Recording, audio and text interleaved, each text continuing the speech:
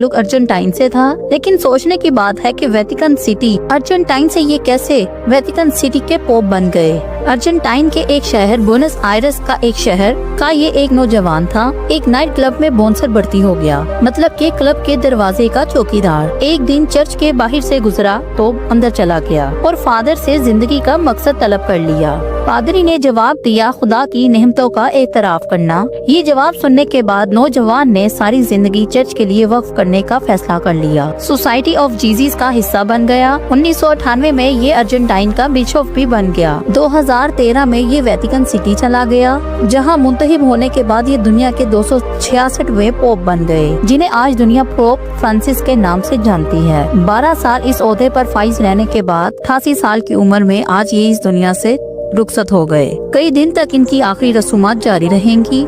तकरीबन 1.5 लाख के करीब लोगों ने अब तक इनका चेहरा देखा है और अब कुछ देर में ही उनकी सपुर्दे हाँ करने की रसूमात अदा की जाएंगी। वेटिकन सिटी के बंद दरवाजों के पीछे एक निहायत ही राजदार और कदीम अमल शुरू होने जा रहा है, जिसे कहते हैं पेपल कॉन्क्लेव, जहां दुनिया के कार्डिनल एक कमरे में बंद हो जाते हैं और जब ये इस कमरे से बाहर आते हैं तो दुनिया के सामने एक नया पोप आता है। ये एक पोप को मुंतहिब करने का तरीका है। ये एक ऐसा अमल है जिसमें वेटिकन सिटी के पोप शामिल होते हैं और उसके बीच में नए पोप का इंतखाब किया जाता है, लेकिन ये अमल एक बंद कमरे में किया जाता है। ये अमल पेपल पैलेस की इमारत में किया जाता है और इस अमल को मुकम्मल तौर पर राज रखा जाता है और न ही इसके अंदर किसी को जाने की इजाजत होती है और ये कार्रवाई कई महीनों तक भी जारी रह सकती है। पोप के इंतखाब की इत्तला चिमनी से धुआं खारिज करके दी जाती है।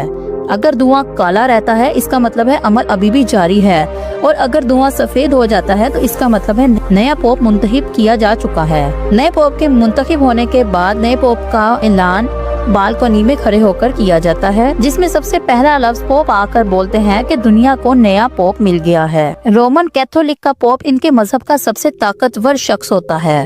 पोप जब भी मुंतहिब होता है तो हजारों लाखों की तादाद में लोग इनको सुनने के लिए आते हैं। पोप के मरने के बाद इनकी लाश को एक ताबूत में रखा जाता है, जिनको देखने के लिए भी लाखों लोग आते हैं। दोस्तों, पोप बनने का सबसे अहम कानून एक ये भी है कि पोप कभी शादी नहीं कर सकते, बल्कि ये अपनी जिंदगी चर्च के लिए वक्फ कर देता है। पोप जिस जगह रहते हैं इसको पेपल पैलेस कहा जाता है और इंतखाब का ये अमल 800 सालों से चल रहा है। पेपल पैलेस के अंदर बहुत खूबसूरत नक्शो निगार और इसको बहुत शानदार तरीके से बनाया गया है। इस पैलेस के अंदर 1000 से भी ज्यादा कमरे मौजूद हैं, जिनमें चैपल, म्यूजियम और लाइब्रेरी वगैरह भी शामिल हैं। इस पैलेस को यूनेस्को वर्ल्ड हेरिटेज साइट में भी शामिल किया गया है। पोप हर इतवार को खिड़की में खड़े होकर खिताब करते हैं, जिसको सुनने के लिए लाखों लोगों का मजमा मौजूद होता है। पिछले 2